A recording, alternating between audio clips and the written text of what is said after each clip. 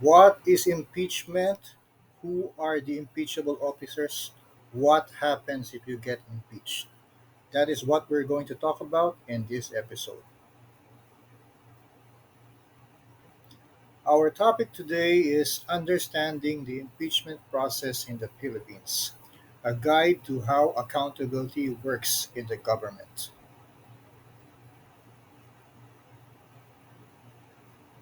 Now, first, let us define what is impeachment. Impeachment is a constitutional mechanism to hold high ranking officials accountable for serious offenses, ensuring integrity within the government.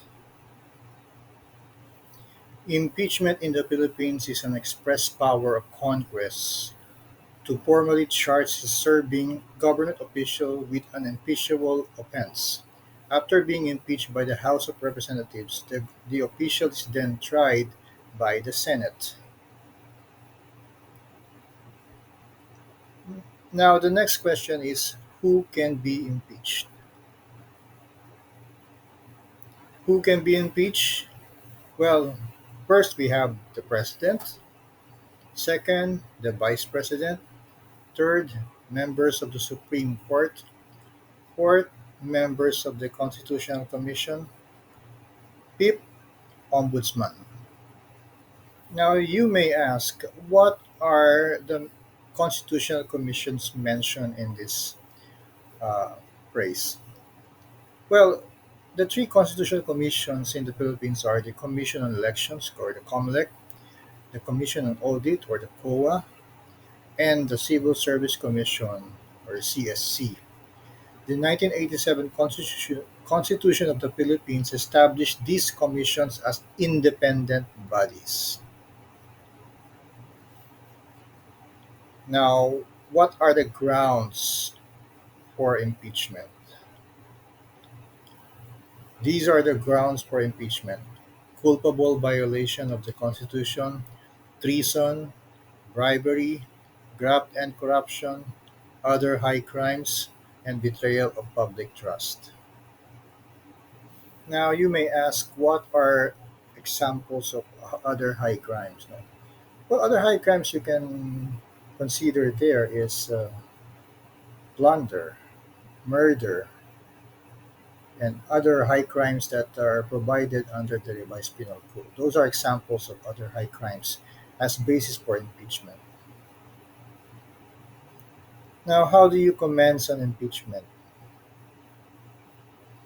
The impeachment process. Step one is the initiation. How is it commenced? A complaint is filed by a member of the House of Representatives or endorsed by at least one third of its members. Step 2, House Committee Review. The complaint is referred to the House Committee on Justice to determine its sufficiency in form and in substance. Next step, Step 3, Plenary Voting. If the committee finds the complaint sufficient, it is debated and voted upon by the entire House. A one-third vote is required to approve the articles of impeachment. Step 4, Senate Trial. The approved articles are transmitted to the Senate, which acts as the impeachment court. Senators serve as judges, with the Chief Justice presiding if the President is on trial. Step 5, Verdict. How is a verdict rendered in an impeachment process? It is rendered by at least two-thirds vote of all senators. Such vote is necessary to convict and remove the official from office. Again, you have to garner at least two-thirds vote of all senators in order to secure a conviction.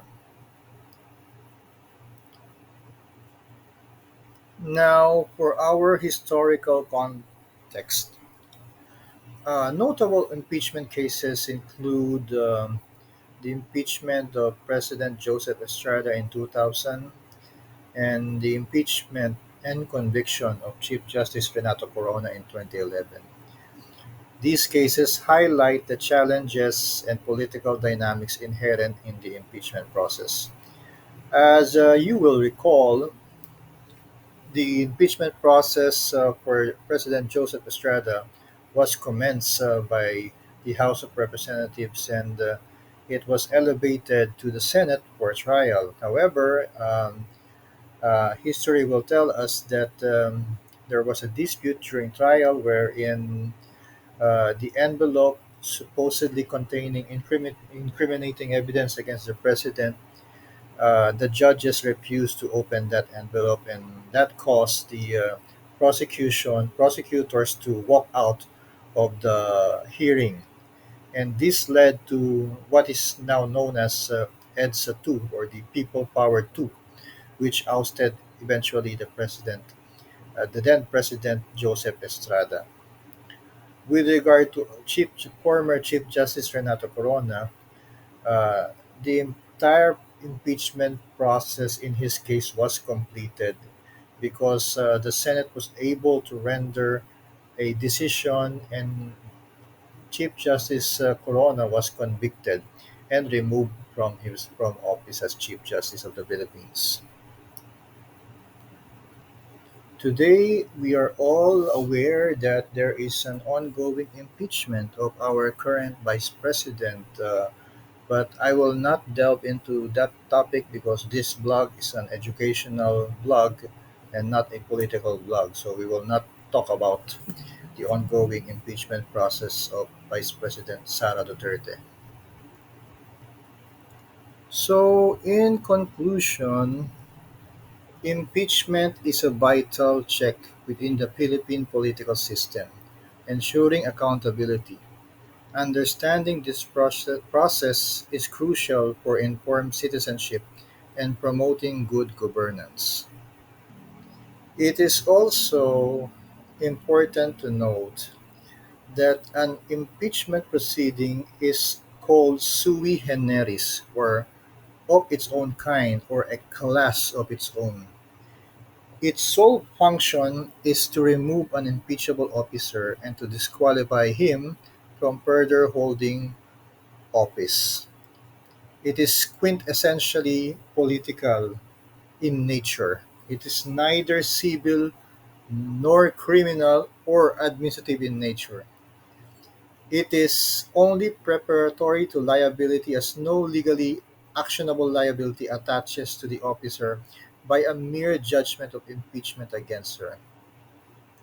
A conviction in impeachment does not result in imprisonment as in a criminal conviction.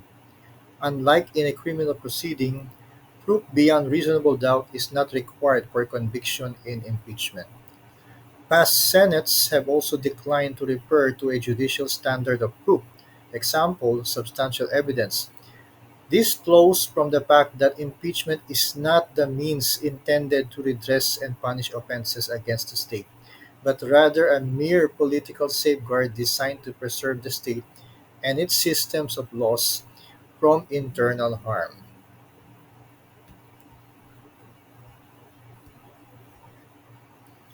So, ladies and gentlemen, thank you very much for listening. If you found this presentation informative, please like, share, and subscribe for more content on Philippine governance and law. Have a nice day.